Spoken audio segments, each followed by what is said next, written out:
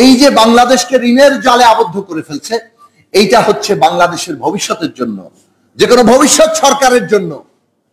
এই সরকার তো চলে গেলেই সব সমস্যার সমাধান হয়ে যাচ্ছে না, কারণ যে কোনো ভবিষ্যৎ সরকারের জন্য এই বিরাট ঋণের জাল এক ভয়াবহ বোঝা হিসেবে সামনে আসবে। যে সম্পূর্ণ এই উন্নয়নের নামে সরকার একটা লুণ্ঠনতন্ত্র কায়েম করেছে এবং এই লুণ্ঠনতন্ত্রটাকে অবাধ করেছে। তারা নিজেরা ক্ষমতায় থাকার জন্য কতিপয়কে লুটপাট করার একটা অবাধ সুযোগ দিয়েছে।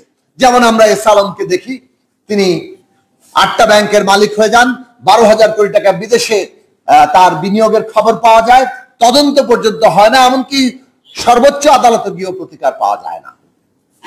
এটা হচ্ছে লক্ষণ। আমি কতটুকু সিমটমের মধ্যে দিয়ে আমার বক্তব্যটা বলতে চাই যে বাংলাদেশে এই যে লুণ্ঠনতন্ত্রটা কায়েম হয়েছে, তার উদাহরণ হচ্ছে 5.5 লক্ষ কোটি টাকা এখন খেলাপি ঋণ।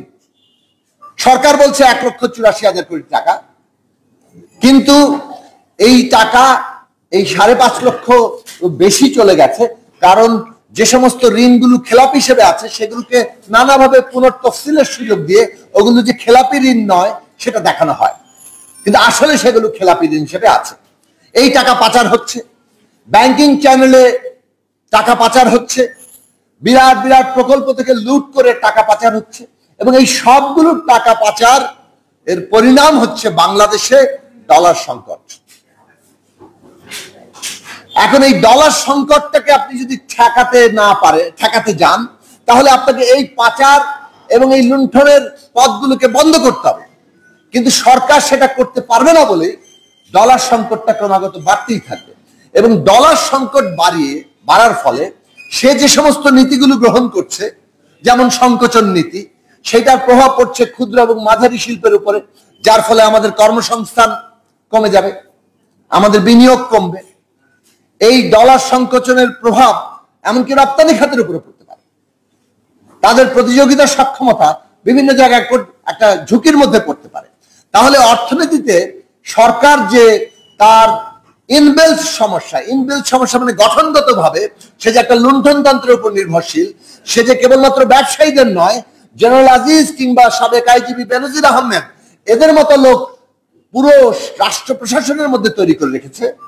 এই লুণ্ঠনতন্ত্র থেকে বেরিয়ে যাওয়া সরকারের পক্ষে অসম্ভব বলেই সে এমন কতগুলো পদক্ষেপে যাবে যেটা অর্থনীতিকে একটা চক্রের মধ্যে ফেলবে, যে চক্র হচ্ছে আরো খারাপের দিকে যাওয়া।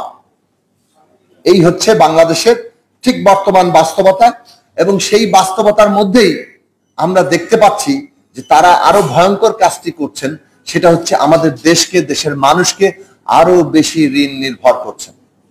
কেবল অভ্যন্তরীণ ঋণ নয়, ব্যাংকগুলোকে তারা বিপদে ফেলছেন, শিল্প উদ্যোক্তারা তারা বিপদে পড়বেন কেবল সেই জায়গা থেকে নয়, বৈদেশিক ঋণ, এবং সেই বৈদেশিক ঋণ আনট্রান্সপারেন্ট মানে অস্বচ্ছ, সাপ্লায়ার্স ক্রেডিট তার মধ্যে অনেক বেশি, যার কোনো শর্ত আমরা জানি না।